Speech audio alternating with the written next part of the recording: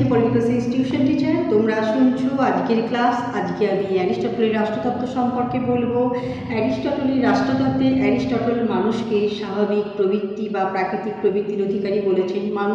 তিনি বলেছেন মানুষ নিজেদের স্বাভাবিক বা প্রাকৃতিক প্রবৃত্তির কারণে নারী পুরুষ ভালোবাসে এবং তারা পরিবার তৈরি করে। এইরকমই স্বাভাবিক এবং প্রাকৃতিক চাহিদা থেকে বা স্বাভাবিক এবং প্রাকৃতিকভাবে কতকগুলো পরিবারে নিয়ে গড়ে ওঠে গ্রাম। কারণ মানুষের নিডই শুধুমাত্র নারী পুরুষে ফুলফিল হয় না, এই কারণে কতগুলি পরিবার নিয়ে গড়ে ওঠে গ্রাম এবং আরও বৃহত্তর স্বার্থে কতগুলো গ্রাম নিয়ে গড়ে ওঠে রাষ্ট্র। সুতরাং যেহেতু শুরুটা হয়েছিল প্রাকৃতিক এবং স্বাভাবিক চাহিদার কারণে, তাই রাষ্ট্র একটি প্রাকৃতিক বা স্বাভাবিক প্রতিষ্ঠান বলে তিনি ব্যাখ্যা করেছেন। এরপর তিনি রাষ্ট্রকে আদর্শ প্রতিষ্ঠান এবং সর্বশ্রেষ্ঠ প্রতিষ্ঠান বলেছেন।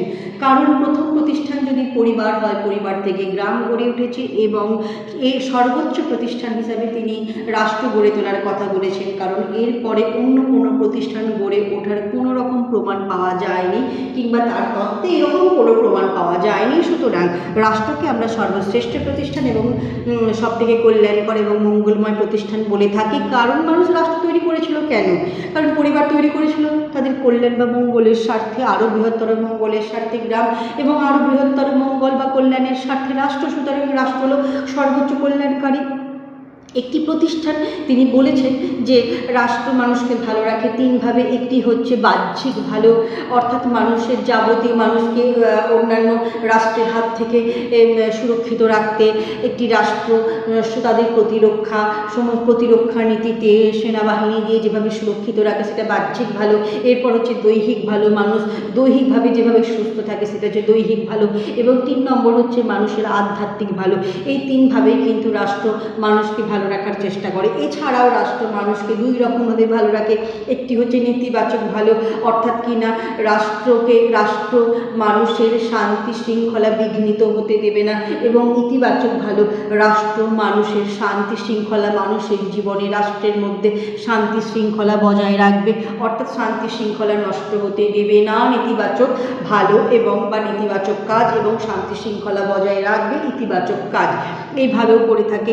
এছাড়াও তিনি তার রাষ্ট্রতত্ত্বে একটা জিনিসকে বুঝিয়েছেন, সেটা হচ্ছে রাষ্ট্র হলো ব্যক্তির পূর্ববর্তী। যেমন দেখো, উদাহরণ সহযোগে আমি যদি বলি যে ভারতের সেনা, তাহলে তোমরা বাক্যটিকে লেখো ভারতের সেনা। তাহলে ভারত কিন্তু পূর্বে বসছে এবং পরে বসছে সেনা। সেনা যদি একজন পার্সন বা ব্যক্তি হয়ে থাকে তাহলে দেখো ভারতের সেনা। এছাড়াও কিন্তু সমগ্র আগে এবং খণ্ড পরে হয়। যেমন আমি ধরে বললাম তাপসের হাত, তা একবারও বললাম না, কিন্তু হাতের তাপস। তাহলে তাপস নামে একজন ব্যক্তি বা পার্সন হচ্ছে সমগ্র এবং তার অংশ হলো হাত। সুতরাং তাপসের হাত। এছাড়া দেখো, মানুষ রাষ্ট্র নামক যন্ত্রের মধ্য দিয়ে গিয়ে কিন্তু সে তার পার্সোনালিটিকে গ্রো আপ করছে। সুতরাং কিন্তু এক্ষেত্রে পার্সোনালিটিকে গ্রো আপ করছে, মানে তার ব্যক্তিত্বকে বিকাশ ঘটাচ্ছে। তাহলে এক্ষেত্রেও কিন্তু দেখো, মানুষ, রাষ্ট্র এবং ব্যক্তিত্ব বা তার পার্সোনালিটি, তাহলে পার্সনের আগে কিন্তু রাষ্ট্রের অবস্থান হচ্ছে। সুতরাং এক্ষেত্রেও কিন্তু রাষ্ট্র ব্যক্তির পূর্ববর্তী। সুতরাং সমগ্র যদি নোটটা আমরা বিশ্লেষণ করি, তাহলে আমরা দেখব এই রাষ্ট্র সৃষ্টির পিছনে কিন্তু যথেষ্ট যুক্তি রয়েছে এবং এই যুক্তিগুলি থেকে আমরা কিন্তু আরামসে বলতে পারি রাষ্ট্রের একটি যুক্তিসঙ্গত প্রতিষ্ঠান বা যুক্তিগ্রাহ্য প্রতিষ্ঠান। তবে কিন্তু তার রাষ্ট্রতত্ত্বটি সমালোচনার ঊর্ধ্বে নয়।